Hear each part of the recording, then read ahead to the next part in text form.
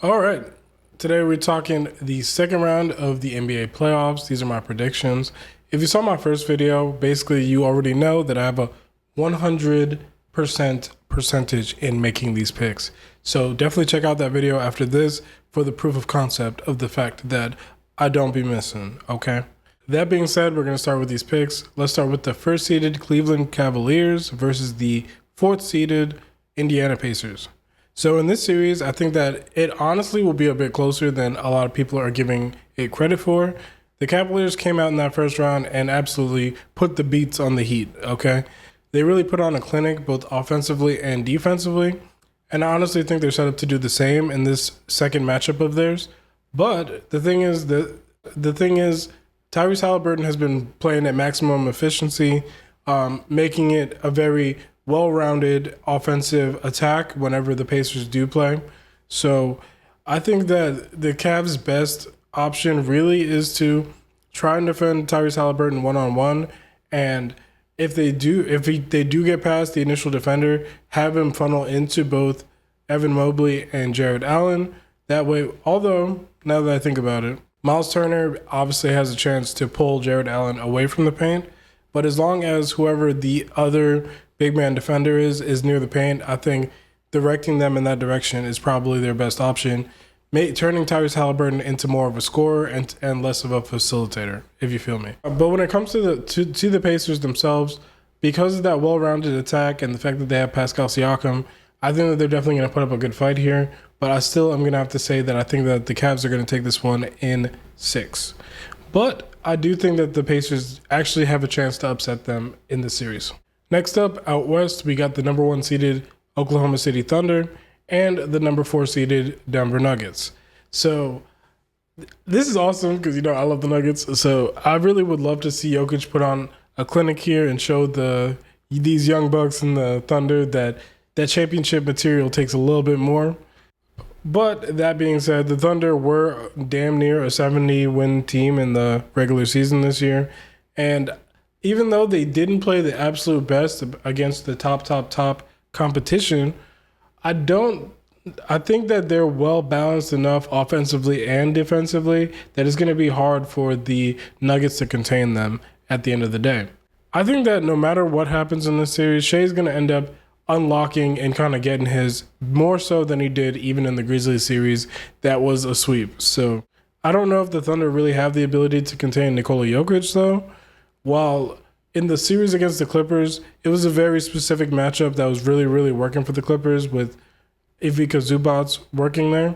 But at the same time, it didn't really stop Jokic from facilitating and getting the other players on the court going, even if he wasn't quite as aggressive himself.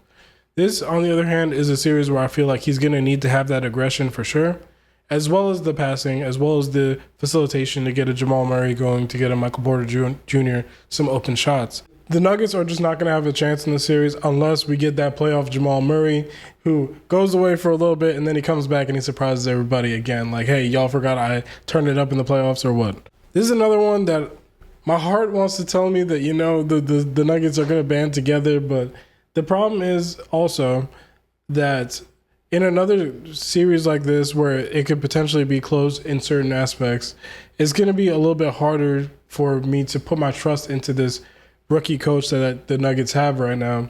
Even though between those margins and whatnot, he basically was able to get his team out of a series with arguably one of the best coaches in the entire NBA in Ty Lue. So with all that being said, I'm going to have to go with the Thunder in 6 for this series. Next up, we got the 2-seeded Boston Celtics versus the 3-seeded New York Knicks. This is going to be a fun one, or it could be, you know what I'm saying? Just because historically, even though it hasn't really been the case this year, because the Celtics and the Knicks, even though it hasn't been like a super rivalry all the time, it's always a fun game usually played, unless, the Celtics are blowing the Knicks out, which has happened a couple times this year. But historically speaking, at least, it's usually an overtime, a double, triple overtime game. And having a full series of that, even if it ends up being a sweep, would still be kind of fun to watch, I'm not going to lie.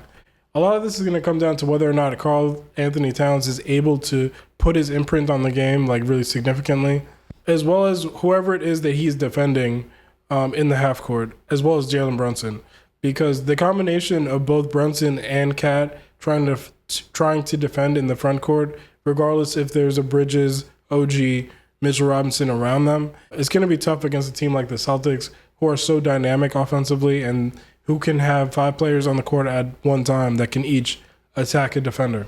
The main thing that the Orlando Magic were doing to slow down the Celtics in the first round was limiting their three-point shots, which I'm just not sure or confident in the Knicks that they can do that to the level that the Orlando Magic were doing. And even with that, the Magic didn't have the offense to offset or to keep up with the Celtics. And I don't know if the Knicks have the level of offense or the level of defense that is going to be necessary. Because if they get into ISO Brunson ball, it just makes it way easier for a 5 defensive lineup like the Celtics usually roll out there to just kind of lock in, stay close to their men, and let Brunson get what he gets and not let everybody else get involved. So with that being said, I'm going to go Celtics in 5 for this one. Maybe the Knicks will prove me wrong if they address the things that I pretty much mentioned up to this point. And last but not least, we have the Timberwolves versus either the Houston Rockets or the Warriors. I'm recording this on Sunday, so that game hasn't happened yet, but I'm going to give my predictions either way, basically. I honestly think, regardless of which team ends up coming out today, I think that the Timberwolves are probably going to take this next series in 6.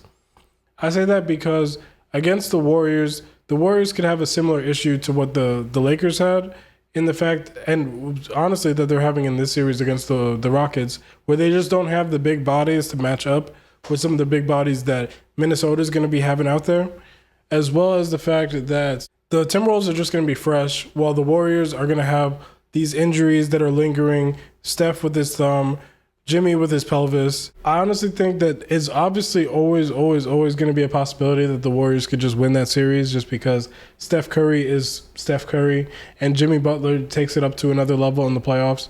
But Draymond has been anemic offensively, even if he's a really good defender.